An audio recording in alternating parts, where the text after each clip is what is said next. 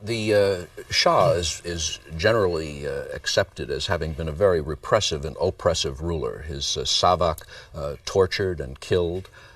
He lived in considerable splendor and opulence while there was terrible poverty in his country. In your book, Leaders, you write that he was not ruthless enough in quashing those who threatened his nation's stability.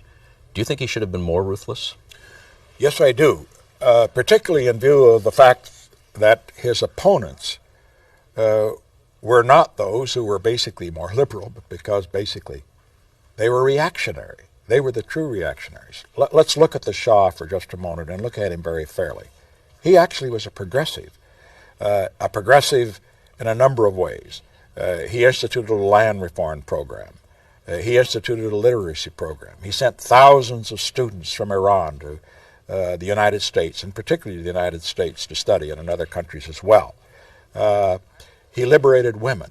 The irony was that those he liberated, the women and the students he sent abroad, they came back and joined the revolutionary forces. And the irony was that the Shah, being progressive, was attacked as being reactionary and conservative on these particular issues, whereas his opponents were the reactionaries. Putting it very bluntly and very simply, the Shah was trying to move Iran into the 20th century.